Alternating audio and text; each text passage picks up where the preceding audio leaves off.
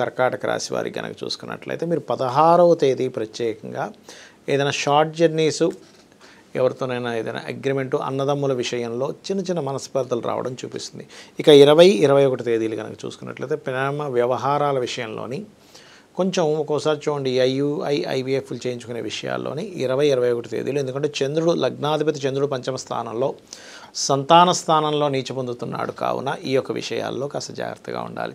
కర్కాటక లగ్నానికి ధనాధిపతి అయినటువంటి రవి ఎప్పుడైతే అష్టమ స్థానంలో మరొక 3 గ్రహాలతో కలిసి ఉన్నాడో భూమి గృహము కన్స్ట్రక్షన్స్ రియల్ ఎస్టేటు లేనట్లయితే వ్యవసాయదారులకి కొంచెం ఊరటగా ఉంటుంది చెప్పాలంటే. అంటే వాటి మూలంగా కొంతవరకు ధన సంబంధించినటువంటి విషయాల్లో చాలా బాగుంటుంది.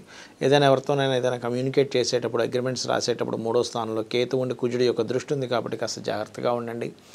మరియు అదేవిధంగా ఇక్కడ గమనించుకున్నట్లయితే ఈ రాజకీయ నాయకులు 19, 20 తేదీలు 21 తేదీ ముఖ్యంగా 20, 21 తేదీ కొంచెం మీరు ఏదైనా కొత్త నిర్ణయాలు తీసుకునేటువంటి విషయాల్లో కొంత జాగ్రత్తగా ఉండాలి. ఇంకా మీకు అష్టమశని కంటిన్యూ అవుతుంది కాబట్టి కొన్ని పనులు కొంత స్లో అవుతూ ఉంటాయి. దాని గురించి పెద్దగా టెన్షన్ పడాల్సిన అవసరం లేదు.